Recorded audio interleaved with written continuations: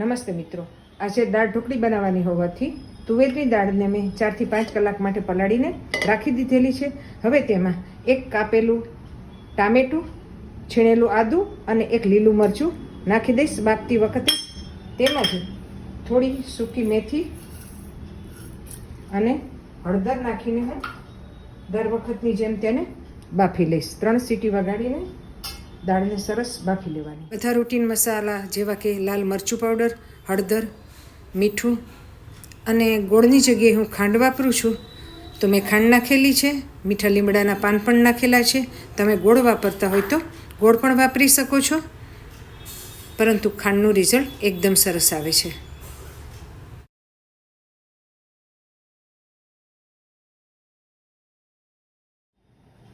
દાળમાં ઉમેરવાની ઢોકળી બનાવવા માટે મેં અડધો કપ ઘઉંનો લોટ લીધેલો.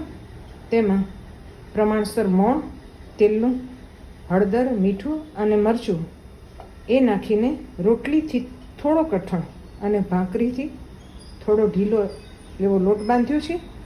તેની રોટલી વણીને શક્કરપારા જેવા કાપામાં કાપીને દાળમાં ઉમેરવાની હોય છે. તમે કાપા ના કરવા હોય તો હાથથી પણ રોટલીના ટુકડા કરીને દાળમાં ઉમેરી શકો છો.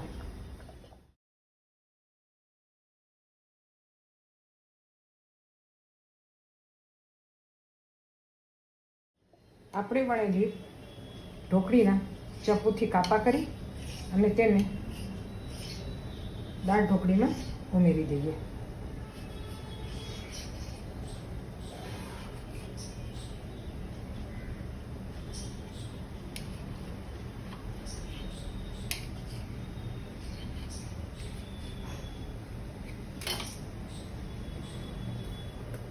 આવી રીતે બધી ઢોકળી વણી કાપા કરી અને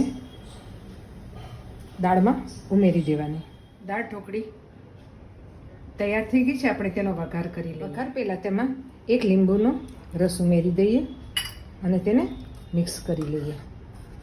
વઘારમાં થોડી મેથી થઈ જાય એટલે લાલ સૂકા મરચાં, ચપટી રાઈ, થોડું જીરું, 2 થી 3 લવિંગ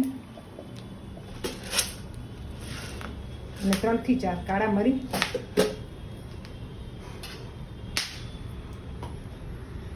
હવે થોડી હિંગ નાખીને વઘાર કરી લઈએ. તૈયાર છે આપણી ગરમા ગરમ દાળ ઢોકળી. તેને ઉપરથી થોડું ઘી નાખીને સર્વ કરો અને ઘરનું ખાઓ. સ્વસ્થ રહો, મસ્ત રહો.